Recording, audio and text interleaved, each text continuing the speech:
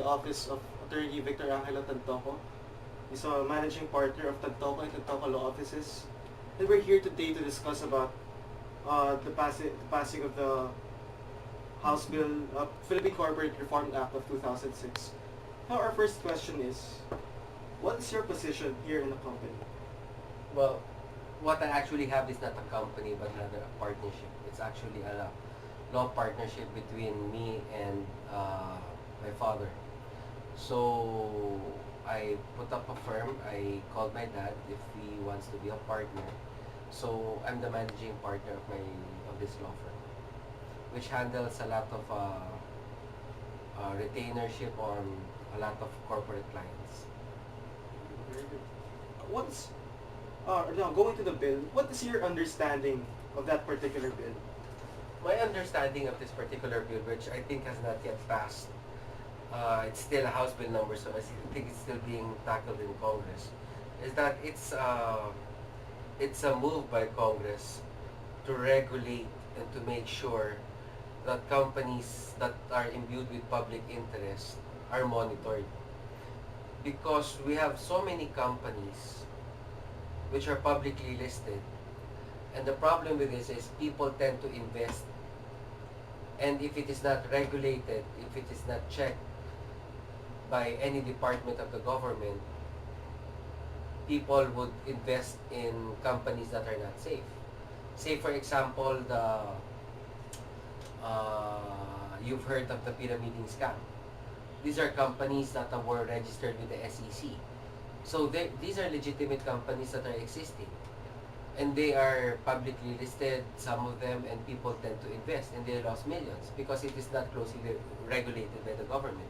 So I think this bill is being passed to make sure that public companies are audited, to make sure that their expenses, to make sure that their actions are are are safe in terms of the investing public. Do you think this bill is actually something new, and that this doesn't really undermine our current corporation law? I think there are a lot of laws already in the corporation code that would guarantee the safety of the investing public. But when we talk about the people in general, it's never enough to have laws to protect their rights. Because imagine, these are the people who are investing in companies, and they need all the protection they can get.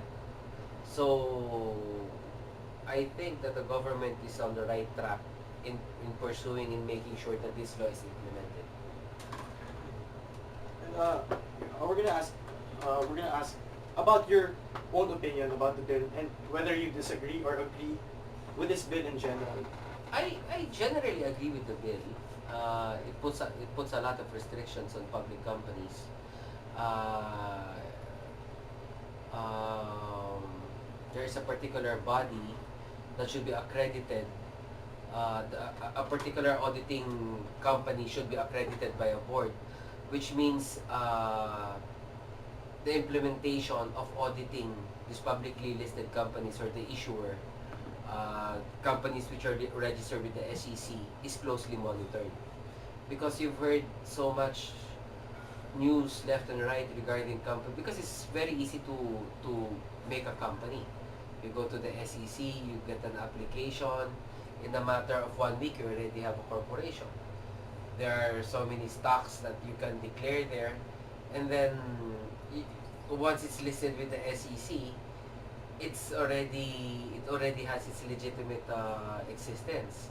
So I think one of the reasons why this is being implemented is to make sure that the people who are investing their money in companies, in stocks, are taken care of. So I think it's a good policy for the government to step in to make sure that all these corporations that are registered with the SEC are also audited, so that they would know whether they're investing in the right company. And these auditing companies has to be accredited by a certain commission, by the board as stated in the law. And if it is not accredited, then uh, it would violate a particular law if it is implemented. Now we're gonna ask about the specific provisions given in that bill. And then first, we're gonna start with the sanctions and the fines. Do you think they are reasonable, or do you think they actually deter the public accounting firms from violating those stipulated in the bill? It's one thing to have the law, and it's another thing to have them implemented.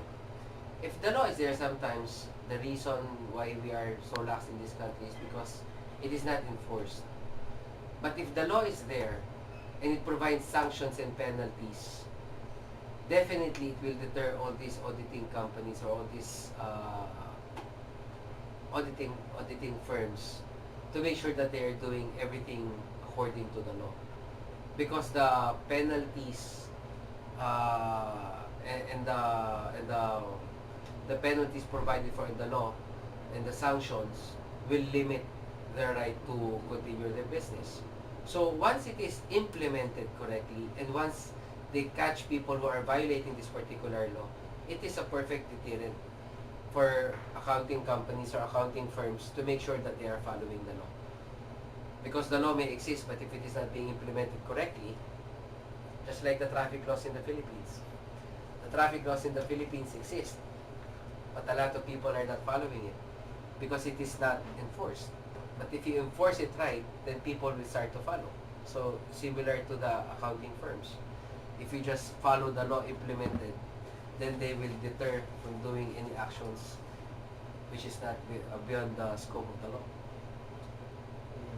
Now, next, about the rotation of the auditors. It says in the bill that an audit partner can't handle a particular company for so long, and that you have to switch. You have to switch those auditors, those audit partners. I do believe that is correct. It's right that we should have rotating auditors because as human beings, you are aware that we can become very familiar with the people we work with. So just to make sure that there is no familiarity already with the person auditing the companies, to make sure that there are no biased job being done, it is but just right to rotate the auditor so that they will not be familiar with the people they are auditing. To make sure there is no bias, to make sure that there is always objective results of the audit. So you think this type of provision will actually be significant in reducing the chances of fraud? Yes, precisely. Because the law gives a lot of safeguards on the ways of conducting audit. One is the rotating auditors. Because if you just have one auditor doing a lot of work on a certain field, then he becomes very familiar with the field. He becomes very familiar with the persons connected with the companies. And how about the creation of this particular board, the Public Company Accounting Oversight Board? You think it's actually cost beneficial that creating this board would actually achieve the objectives as those stated in the bill? Yes, because we need a body who will implement the law. And it is that particular board who will implement everything as stated in the law. And because currently we have this board of accountancy. So do you think creating this particular Will there board? be an overlapping Yeah. of this? Yeah. Or is it really job necessary to description? create this board? I think it is. Because when the public comes into play, it is but every right of the government to make sure that the public is safeguarded. For our next provision, it's about the inclusion of independent directors in the board of directors in the BOT.